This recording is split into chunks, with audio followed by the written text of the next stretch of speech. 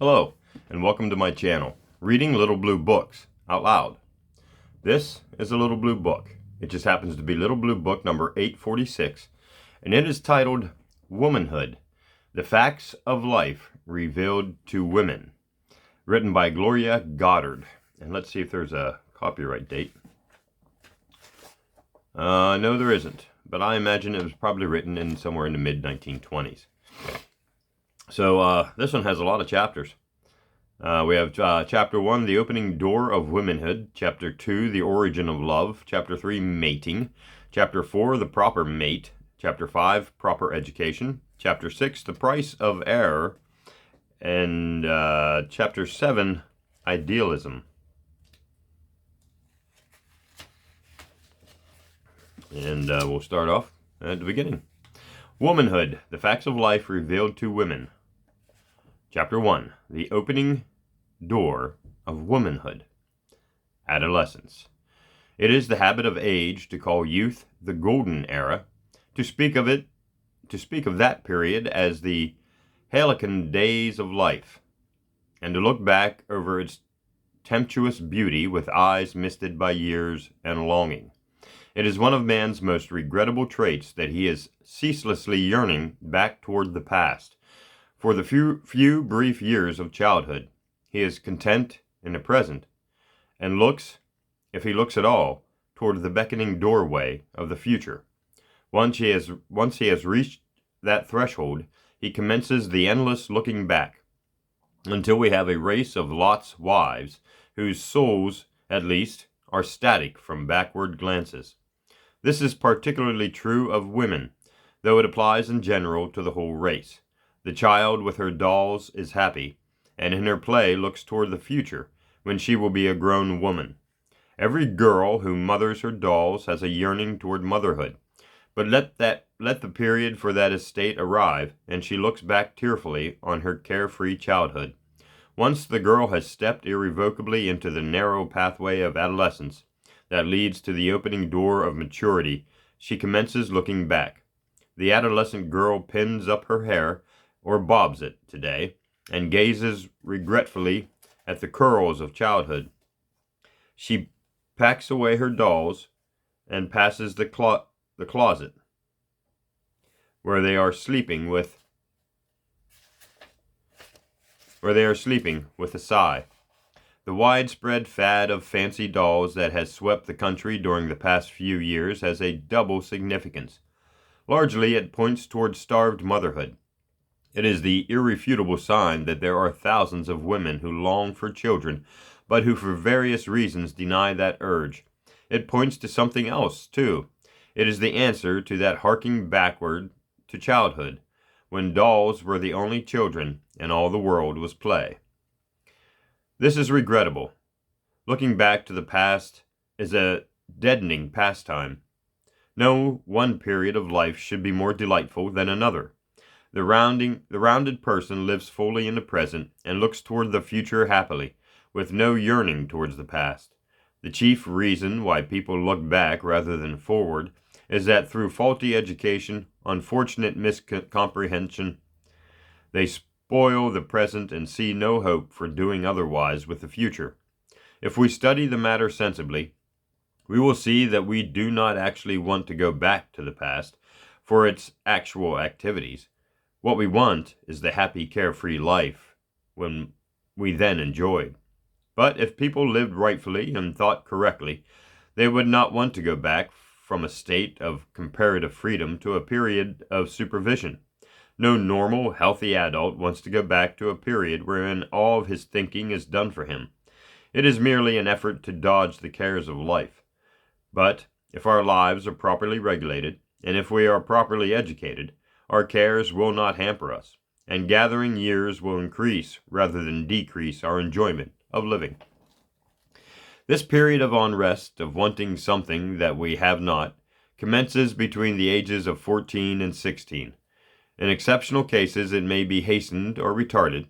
At first, it is mere unrest, and the mind fastens on the past as something that it knows only because it must have something to hold to, something to explain its uneasiness. Actually, At this time, it is the unrest of ignorance, the desire to know the causes and reasons for everything, especially ourselves. The adolescent girl, seeing for the first time most of the life about her, is puzzled and longs to understand.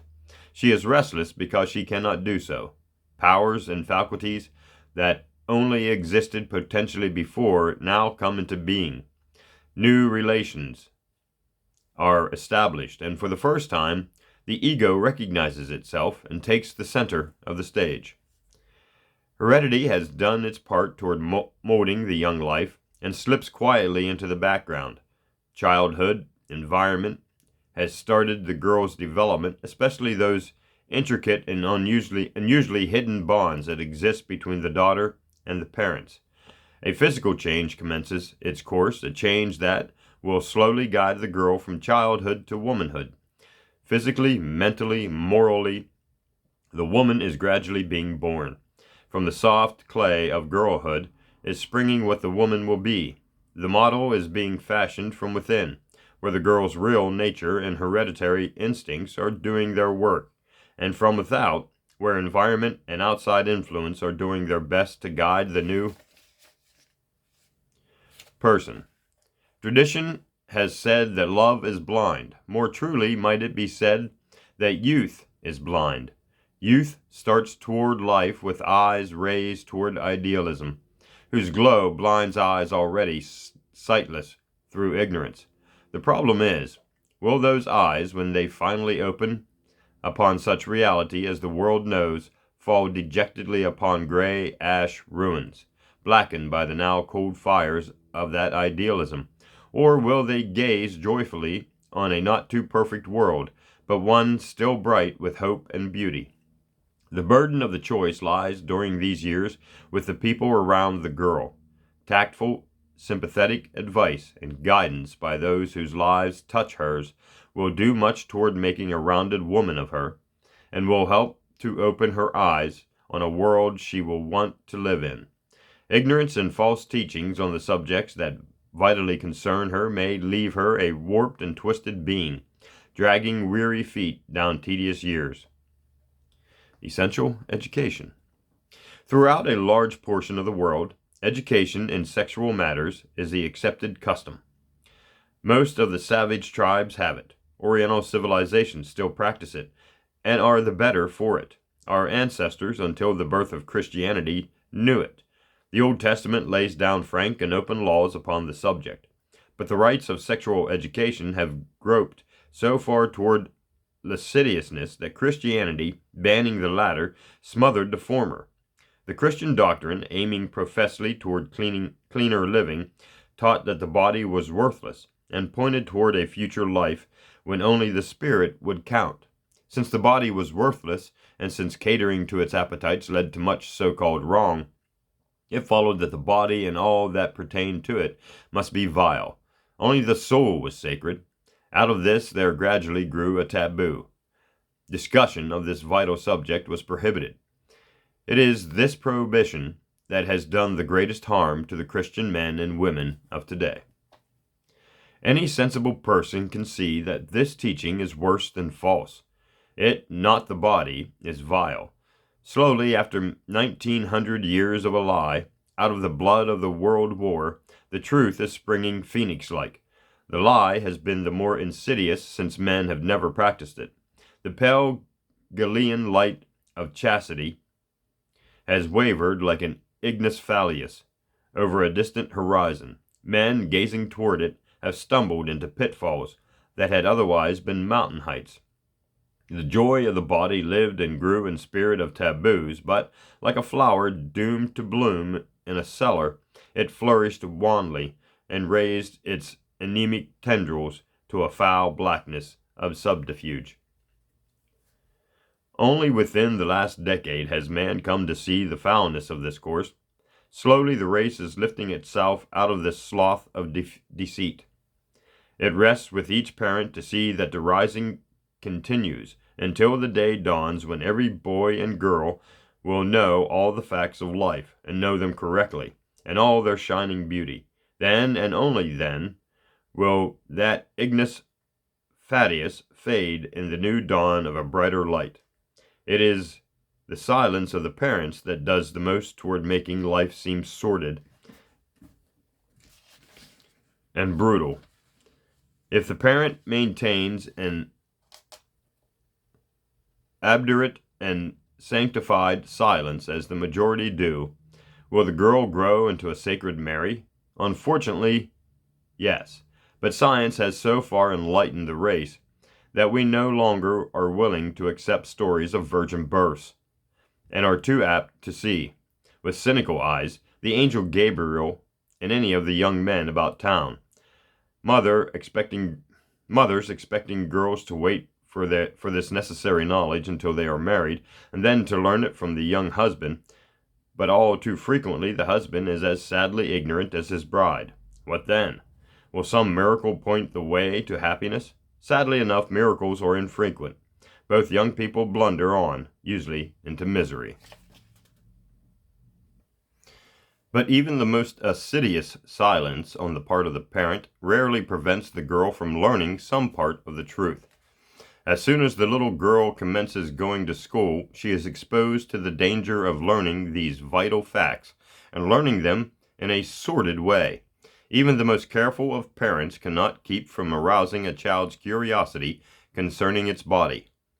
Chance remarks are overheard when the child reaches the school age. Words seen in books, heard in conversation, send the curious one to the dictionary.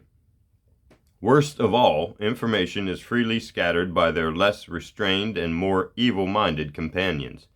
These facts seen through the fouling haze of secrecy and miscomprehension, tantalize the youthfully curious mind. The young girl, hating to appear less knowing than her acquaintances, adopts the secrecy of her elders, and prowls through books and dictionaries. Her mind, like a mole, chases the truth through the dark of ignorance until what truth she finally gleans is smudged with the filth of the streets, and dulled by an aura of shame. They learn bad habits alone or by falling into unhealthy relationships with other girls if they do not know the facts. This accurate knowledge, properly given, is the most valuable. If to it is added a restrained example on the part of the parents, if the mother's actions are admirable, this example is a louder preachment to the young daughter than any amount of words. Nor need a mother shrink from telling her daughter the simple facts of life. These mysteries can be pointed out in a beautiful way through the life stories of animals and plants.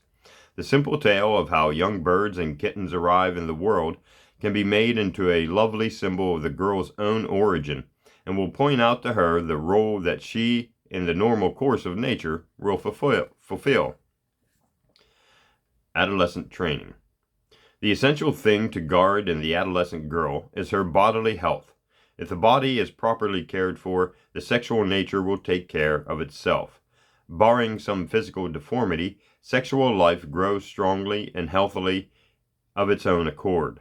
A normal woman is capable of bearing at least 30 children. This is neither desirable nor economically possible today. The task is to rein sexual energy, not to stimulate it. Exercise drains off this energy, which, in the girl, is chiefly an undefined longing.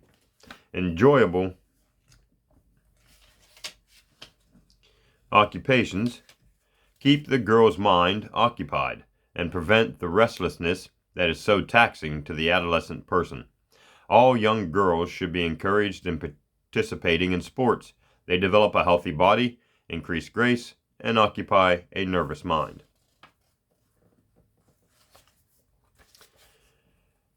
Occupying the mind does not mean keeping it ignorant. The most curious mind is usually the most empty one, provided the emptiness is not due to sheer laziness. Young minds are very empty, and the only sure way to fill them properly is to give them complete and adequate knowledge. If the adolescent girl knows the true, clean facts of sex, she will not spend superstitious hours poring over filthy books. This ignorance not only pollutes the young mind, but helps to ruin the young eyes. Girls seek eagerly for trashy books, then read them in bed at night and hide them during the day for fear of being caught with them. The moralist of today, who would suppress all of this so-called foul literature, would achieve their purpose if, instead of indicting these books, they turned their energies to teaching youth the decent facts. This would immediately decrease the market for such trash, for the educated mind gets no thrill out of such books. These books pander to the ignorant, the curious-minded. The young people seize them and read them avidly in the vain hope of learning something of this whispered mystery. They are invariably disappointed. There would be nothing really wrong with such books if they actually told any facts. They don't. They merely add fuel to an already hot fire. The girl's mind, properly equipped with the knowledge of the realities of life, should be fed on good books. She should be encouraged in the studies that she prefers. It is a great mistake of parents to force their children to learn certain things whether the children want to or not. If the girl shows a fondness for languages, let her study them. If she leans toward astronomy, let her learn what she can about it. True, it may be an interest of which she will soon tire, but some of it will linger in her mind, and the mental training will be invaluable. As much as possible, turn the adolescent mind toward things outside of itself. Interest the young girl in the world about her, and thus avoid the superdevelopment of the ego that leads to the lonely, introspective person. The period of adolescence brings with it a complete physical change. It is now that menstruation begins, and if the girl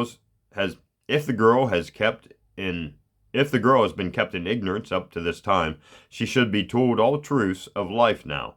Also, her health should be guarded more carefully than ever before.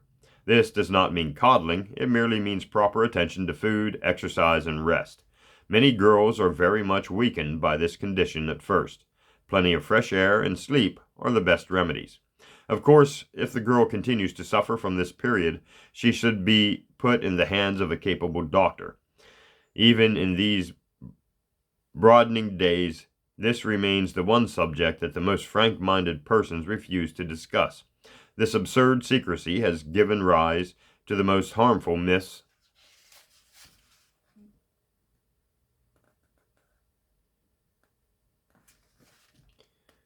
on the subject. There is no reason why a healthy woman should suffer during this time. It is a natural physical phenomenon that takes place once every 27 days. Certain conditions in certain climates sometimes lengthen or slightly decrease the time between, but no pain should ever result. The most that should be expected is a certain lassitude during the flow. If a girl or woman does suffer pain, she should immediately consult a physician. Many women go on through life suffering at this time rather than talk to the doctor on the subject. This is a ridiculous reticence. Under normal conditions, the flow will last 3 or 4 days. Due to this strange silence on the subject, many absurd notions and taboos have grown up concerning this period. Many women still believe that they must not bathe, walk, or indulge in any form of exercise during this time. Provided the woman is healthy, this is untrue. During these periods, the body is more susceptible to colds than at other times. Therefore, it is unwise to expose oneself. A warm bath will have no ill effect, and moderate exercise will do no harm. There is no reason why one's daily routine should be altered in any way by this condition. The main thing to remember is to keep the body clean, and to take such sanitary precautions as will ensure comfort and ease, and will prevent any unpleasant odors. Such equipment as is necessary is obtainable in every drugstore. It is highly important for the girl who is experiencing these periods for the first time to avoid undue excitement, and above all, any emotional indulgences. The girl who is equipped with the proper knowledge will realize this and will know that the proper restraint at this period will ensure her a healthy future. Sexual indulgences during the adolescent period weaken the nervous system and generally enervate the body.